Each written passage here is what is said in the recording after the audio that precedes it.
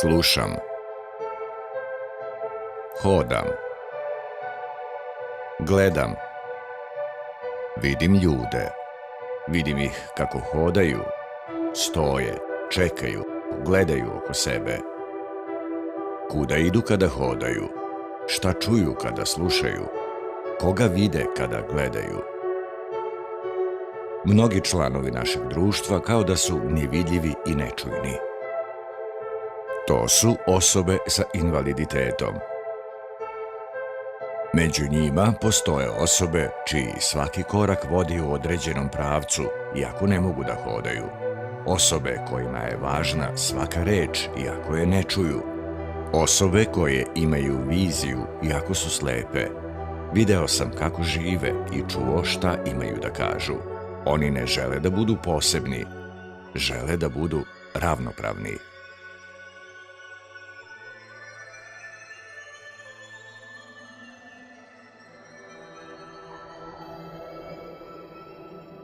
Tijana Petrović, rođena i živim u Užicu već skoro 27 godina. Bolujem od mišićne distrofije, jedne rijetke bolesti. Trofejstvo članova Udruženja distrofičara. Ja imam jednu malu medalju u trkama na 30 metara. Išla sam na olimpijske igre za distrofičare. Bilo mi jako drago kada sam prišla tamo kad su mi stavili medalju, dali pehar i zaista volim, pa mi se malo pravim važno kao svako žensko. Veliki broj osoba s invaliditetom ne prihvata sebe. Ja mislim da se kreće iz porodice.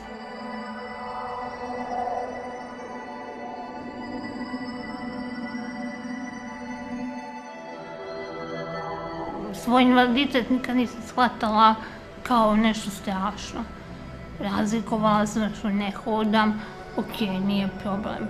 Nikad nisam doživjela da se neko pored mene stidi, znači svi su me prihvatali onako kakva jesam i ja sam samim tim sebe prihvatila.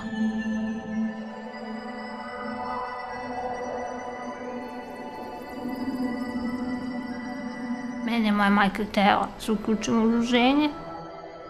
Nisam htjela jer sam negdje u sebi ja lično imala neku malu barijeru prema osobama s invaliditetom. Jer sam živjela u okruženju gdje su svi bili, da kažem, bez invaliditeta. Kad su me doveli ovdje, ja sam vidjela što se ovdje dešava, to me vole, rekla ja hoću da dođem. Oni su rekli super.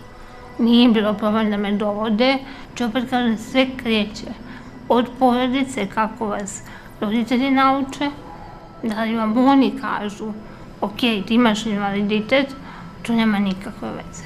Ti treba da ideš i u školu, i da izađeš, i da živiš kao sam normalan svet. Kada ljudi vide da se mi zalažemo, kada vide da ja i pored svog invaliditeta mogu i radim mnoge stvari i uspešna sam, mogu da kažem, u tome i menja se nešto, ljudi su radi da pomognu. Moj konkretan posao to je sadnje sa medijima.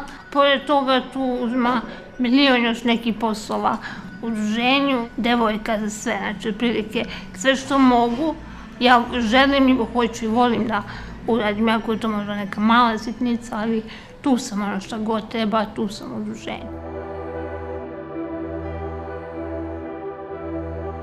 Posle završetka škole, ja sam prva sedela kući pred televizorom, znala sve programe, serije na pamet, kad koja počinje, onda kompjuter, ima i danas takvih ljudi, nažalost. Ima oni koji su uspešni kao recimo studenti koji bi mogli da daju doprinos udruženju. Jednostavno tom invalidskom pokretu, a opet negde ne vide sebe da bi mogli da se uključe. Kada sam se uključila u tu borbu za bolji položaj za moj bolji položaj, ako ništa. Negde sam možda shvatila u stvari kakav je život van ta 4 zida. Lepe stvari su mi se dogodile kroz rad, ali susrela sam se sa nekom lošom stranom. Mi imamo sad zakone koje su pravljeni da bi bili po nekim standardima Evropske unije. Ali to ništa ne znači mnogo, jer mi nemamo novac. Ako se u velikoj meri promeni razmišljanje, onda će biti i promjena u zakonu. Biće bolje. Imaćete bolju podršku, možda čak i taj čovjek koji kaže nema novca za asistenta, za pokretnu rampu, kada malo promeni svoje vidike, možda će reći, aha, možda ima načina da se izborimo, da se to napravi, kao što je na zapadu. Imam pravo na rad i zapošljavanje, pravo na obrazovanje, imam slobodu kretanja. Međutim, Tijana ta prava ima samo na papiru. Na putovanju sve joj je nedostupno.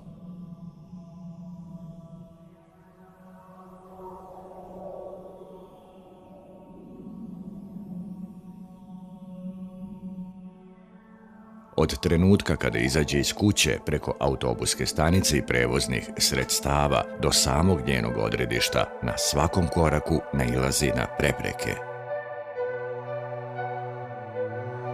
Tijanina organizacija zajedno sa Centrom za orijentaciju društva i još nekoliko koalicija organizacija osoba sa invaliditetom održava radionicu čiji je cilj unapređenje rada tih organizacija. Dobrodošli na Taru. Radimo na ostvarenju ljudskih prava osoba s invaliditetom, pošto mislim da su osobe s invaliditetom uglavnom diskriminisani građani našeg društva i ne radimo za osobe s invaliditetom, radimo zajedno sa osobama s invaliditetom, tako da mi ne odlučujemo sami šta mi to treba da radimo, nego se konsultujemo i zajednički implementiramo programe. Imamo novi zakon o socijalnoj zaštiti i ustanovili smo da uglavnom na lokalu ljudi ne znaju, lokalne vlasti i organizacije, šta zakon donosi. Nema cilj da spustimo zakon na lokalni nivo i da vidimo zašto su to servisi podrške važni za osobe sa invaliditetom. Mi ćemo naredna 2 dana govoriti zapravo o nečemu što je od suštinske važnosti, a to je da se međusobno razumemo na nivou lokalne zajednice, da međusobno sarađujemo, da bismo mogli jedni drugima da pružimo najviše, odnosno da bismo se u tim ulogama međusobno svi dobro osjećali. Gledam ljude kako uče. Uče kako da komuniciraju sa institucijama, kako da rade u timu, kako da najbolje priđu medijima. I ja učim. Svi ovi ljudi su ovde sa ciljem. Kao talasi koji se rasprše o hridi, tako su se i njihove inicijative susretale sa državnim institucijama. Međutim, kao i more, oni su neumorni. Organizuju se, umrežavaju, uče i ponovo kreću. I baš kao što talasi oblikuju kopno svojim delovanjem, tako će i njihove organizacije uz pravu orijentaciju oblikovati naše društvo. Napuštam Taru i u Lazarevcu zatičem drugačiju priču. Priču koja se čita sa usana. Lazarevac je mala sredina i Gorana svi poznaju. Na svakom koraku vidim da mu neko mahne. Od prijatelja iz detinjstva preko nastavnika do kolega na poslu.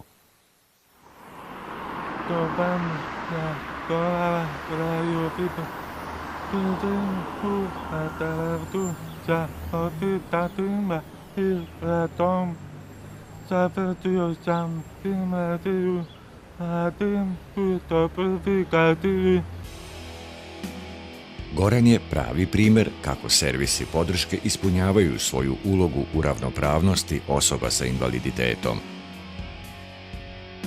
On je naučio da čita sa usana, a Lazarevčani su naučili da ga razumeju kad im govori.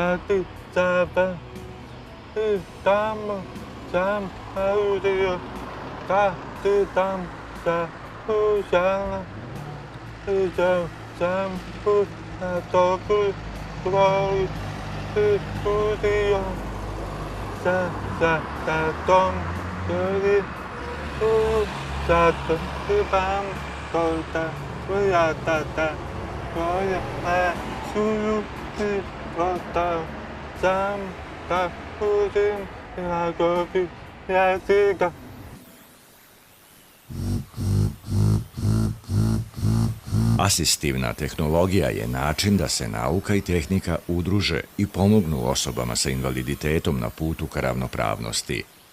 Nažalost, pošto je sistem servisa podrške u Srbiji institucionalizovan, centralizovan i birokratizovan, bez prave svesti o realnim potrebama potencijalnih korisnika, sprave poput ovog budilnika teško nalaze put do osoba sa invaliditetom. Ogroman broj osoba sa invaliditetom ni ne razmišlja da se obrazuje, iako je to njihovo osnovno ljudsko pravo. Smatraju da su prepreke u društvu suviše brojne na tom putu. Ako neko može da ih inspiriše, to je Jelena. Ja sam Jelena Stojanović, imam 32 godine. Ja sam od rođenja slepa osoba. Živim u Smederevu, radim u Beogradu, po struci sam diplomirani pravnik, a trenutno radim na poziciji organizatora humanitarnih projekata u Državnoj lutriji Srbije. Enter, computer, hard disk, items, e-disk, items, hard disk, enter. Ja mislim da osobe sa invaliditetom ne treba da se školuju u specijalizovanim ustanovama, jer mislim da je onako jako bitno da budemo uključeni u sve oblasti društva i da nas sredina u kojoj živimo i radimo na taj način i prihvata. Ćao, Jeca. Poštovana Jelena, po planu i dogovorenom programu dolazimo sutra u Lutriju, mesto pre 10 časova. Posle toga idemo na Dorćol gde postoji govorni semafor, a potom u Narodnu biblioteku. Završila sam osnovnu školu za učenike oštećenog vida u Zemunu Veljko Ramadanović. Nakon toga sam se upisala u redovnu gimnaziju u Smederevu. Uvek je tu postojao problem oko literature koja nije bila dostupna slepim i slabovidim osobama, zato što bukvalno ne postoje knjige štampane Brajevom azbukom. Možete preći ulicu Cara Dušana. Možete preći ulicu Cara Dušana. Kada sam upisala pravni fakultet, bukvalno ni jedna knjiga nije postojala štampana Brajevom azbukom. Na moju veliku sreću, tada su već krenuli onako da se koriste kompjuteri, knjige na CD-u ili disketama u elektronskom Wordovom obliku i da ih tako prebacujem u računar i čitam. Ono što je veliki problem kod nas jeste da to sistemski ni dan danas nije rešeno. Kada bi se to rešilo, mislim da bi slepe i slabovide osobe se mnogo više odlučivale da upisuju fakultete, da vode, da tako kažem, u tom nekom smislu neki normalan život i mnogo bi nam bilo lakše studiranje i proces obrazovanja. Jelena mi govori da je kroz svoje školovanje prisustvovala razvoju i primjeni asistivne tehnologije od samog početka.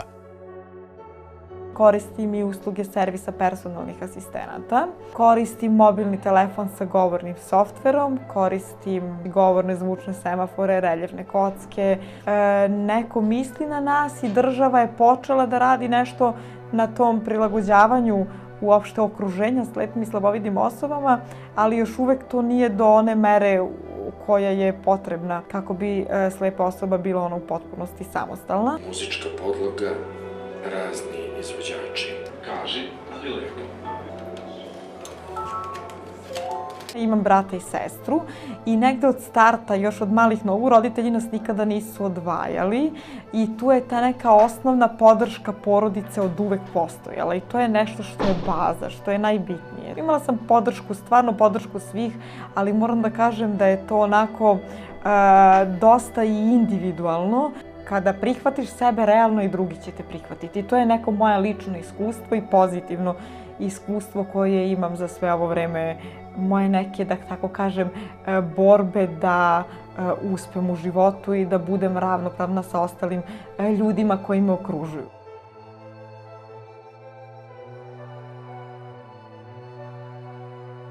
A nisi me pitao za moju emisiju. Jelena se bavi novinarstvom od srednje škole. Na televiziji Smederevo vodi emisiju koja podiže svest o potrebama osoba sa invaliditetom na lokalnom nivou. Recite nam nešto o kakvoj organizaciji je reč i zašto ona postoji. Centar je nastao 2006. godine kao inicijativa prijatelja koji nisu hteli da svoje slobodno vreme provode u kafiće, u restorane, nego koji su hteli da promene ovo društvo.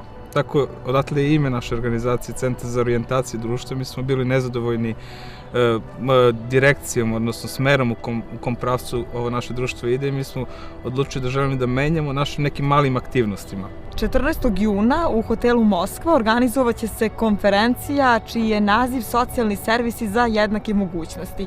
Recite nam nešto o ovoj konferenciji i šta je cilj organizovanja jednog ovakvog skupa. Goran je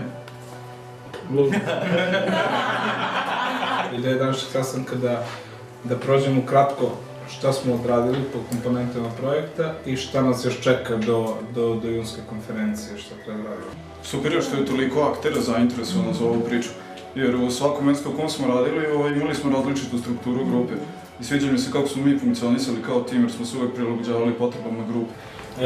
Konferenciju smo rezervisali hotel Moskvu, 14.15. Gradova koje smo predvideli, znači po samom projektu da odradimo, uradili smo Smederevsku Palanku, Veliku Planu, Smederevo, Užice i Majdanpek i ja mislim da su ostalo nam je još gradova, ali mislim da će biti vrlo interesantni. Naravno i ovi prethodni su bili po meni jako dobri treninzi.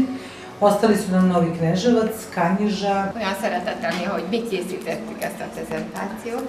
Sok-sok jó szándékú, kedves ember, akik jogi személyként és fizikai személyként is támogatnak bennünket, és úgy érzem, hogy tehát a tréninget majd tartani fogják, és remélem, hogy hasznosnak bizonyul, és jól fogják érezni magukat. Köszönöm szépen! Ovo je mala varoš, ali ima veliki broj različitih servisa podrške. Svaki od njih je zasnovan na potrebama samih osoba sa invaliditetom. Međutim, slika nije uvek bila ovakva.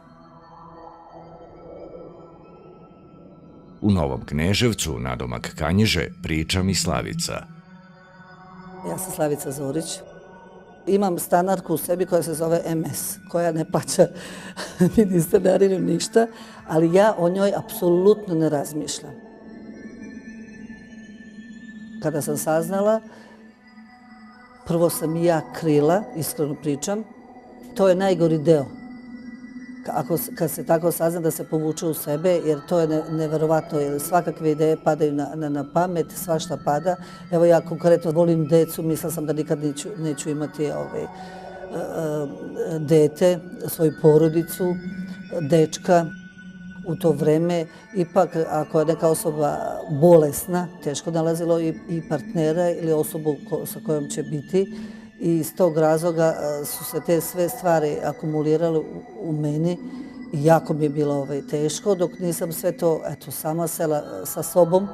Noću, kada niko nije video, isplakala, popričala da li ja želim da nastavim takav život ili ne želim. I posle sam ja počela da razmišljam sasvim normalno. sasvim normalno, da se ponašam kao da nisam bolesna.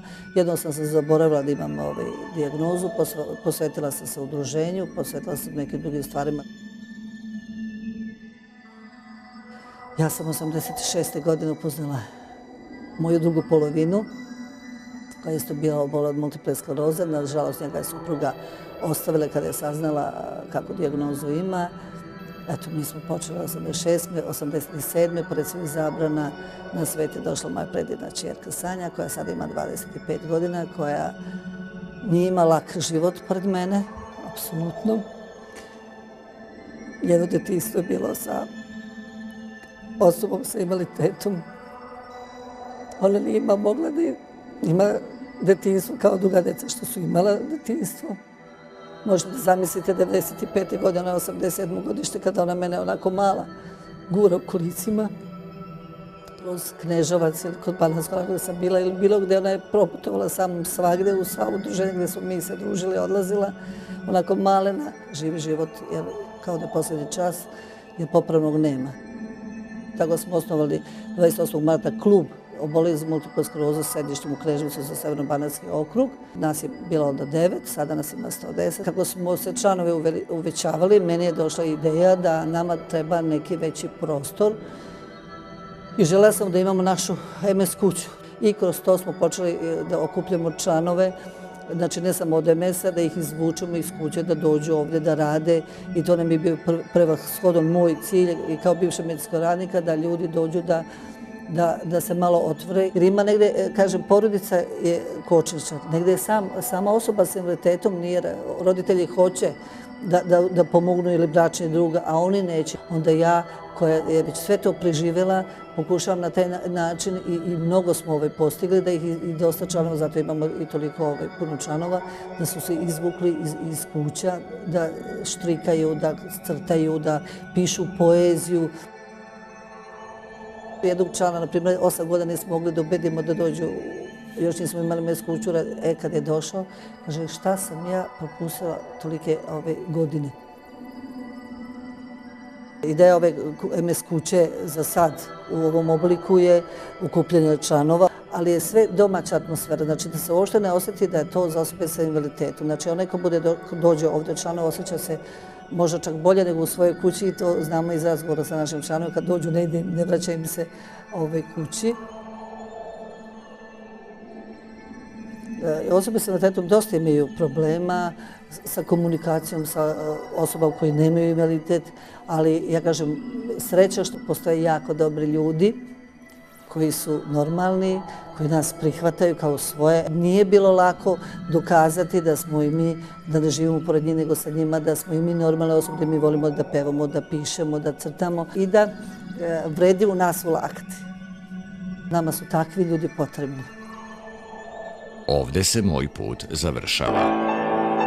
Ovo je zemlja za nas, ovo je zemlja za sve naše ljude, ovo je kuća za nas, ovo je kuća za svu našu decu. Pogledaj me, pogledaj me, očima drda. U Beogradu počinje velika konferencija u organizaciji Centra za orijentaciju društva.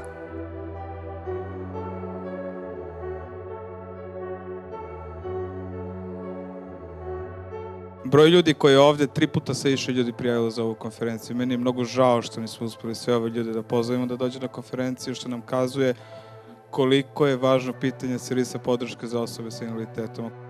Želim da pohvalim pre svega organizatore za organizaciju ove divne konferencije. Jako želim to da kažem jer se ovde osjećam kao kod kuće i to mi govori mnogo. Postoje i posebni ciljevi koji se upravo bave socijalnim servisima i oni govore o unapređivanju sistema podrške, o podršci porodici i u jačanju kapaciteta i razvoju servisa podrške. Jako je važno imati na umu činjenicu da jedna veličina ne paše svakome i nema jednoobraznih rešenja. Nijedno preduzeće za profesionalnu rehabilitaciju i zapošljavanje osoba sa invaliditetom nije geto gde se okupljaju osobe sa invaliditetom.